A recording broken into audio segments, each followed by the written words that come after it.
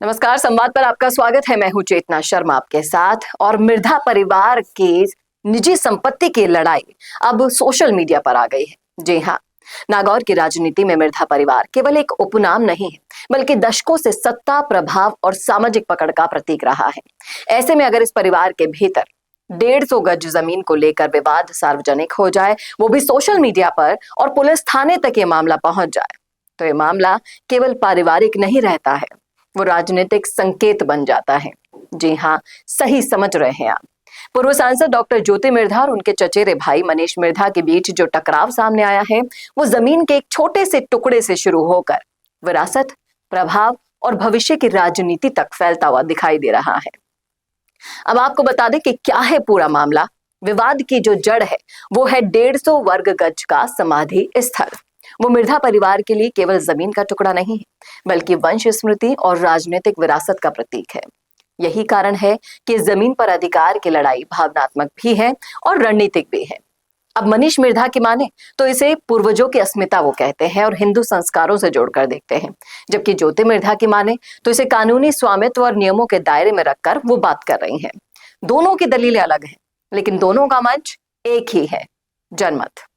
अब social media पर जब से ये कहानी उतरी है, लड़ाई उतरी है, तो ध्यान देने वाली बात यह है कि ये विवाद पहले परिवार या कोर्ट तक नहीं पहुंचा, सीधे सोशल मीडिया पर आया। ये कदम बताता है कि दोनों पक्ष इस मामले को सिर्फ कानूनी नहीं, बल्कि जन धारणा की लड़ाई के रूप में भी लड़ रहे हैं। दोनों ने अपने अपने सोशल मीडिया पर पोस्ट किया।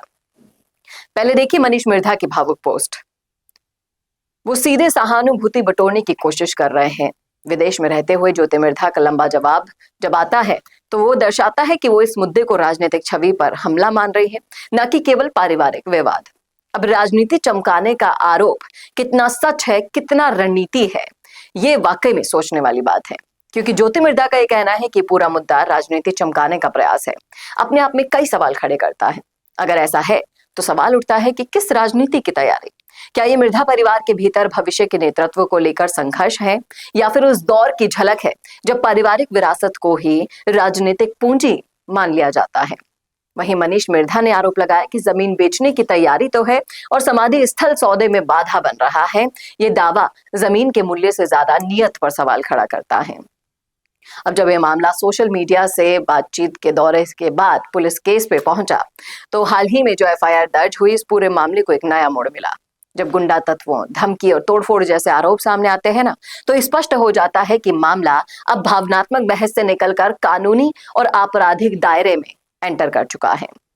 ये भी बहुत महत्वपूर्ण है कि शिकायत ज्योति मिर्धा के केयरटेकर द्वारा दर्ज करवाई गई, जिससे ये संकेत मिला कि वो इस विवाद को व्यक्तिगत स्तर से हटाकर संस्थागत कार्यवाही के रूप में आगे बढ़ाना चाहती है। अब नागौर की राजनीति पर इसका क्या असर होगा, दोनों की लड़ाई का, वो जान लेते हैं। तो मिर्धा परिवार नागौर की राजनीति में आज भी एक बड़ा नाम है। ऐसे में इस तरह का खुला पारिवारिक संघर्ष करना समर्थकों को भ्रमित कर सकता है, राजनीतिक विरोधियों को मौका दे सकता है। हनुमान बेनीवाल कोई कसर नहीं छोड़ेंगे इसको भुनाने में। याद रखिएगा, परिवार की एकजुटता मजाक बन जाएगी, सियासी छवि को नुकसान पहुंचेगा। राजनीति में विरासत तभी ताकत बनती है जब वो एकजुट दिखे। जैसे ही विरासत सार्वजनिक विवाद में बदल जाती है, तो वो बहुत बड़ी कमजोरी बन जाती है।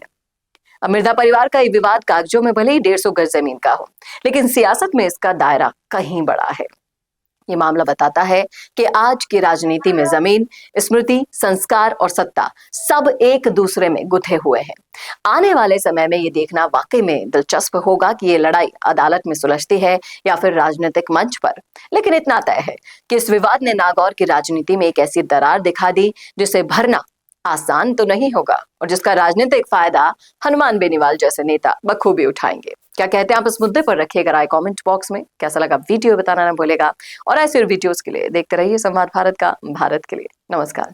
भारत का सबसे तेजी से बढ़ता हुआ डिजिटल न्यूज चैनल, जिसका परिवार 4,17,000 लोगों से भी ज्यादा बढ़ रहा है, वो संवाद न्यूज चाहता है हर जिले और हर राज्य में मीडिया पार्टनर्स। तो अगर आप बनना चाहते हैं संवाद न्यूज के पार्टनर्स, तो कांटेक्ट करें नीचे दिए गए नंबर पर। इसके अलावा अगर आप वीडियो एडिटर बनना चाहते हैं या फिर न्यूज इंडस्ट्री में बतौर इंटर्न सब सीखना चाहते हैं, तो संवाद न्यूज के जयपुर हेड ऑफिस में काम करने के लिए संपर्क करें स्क्रीन पर दिए गए नंबर पर।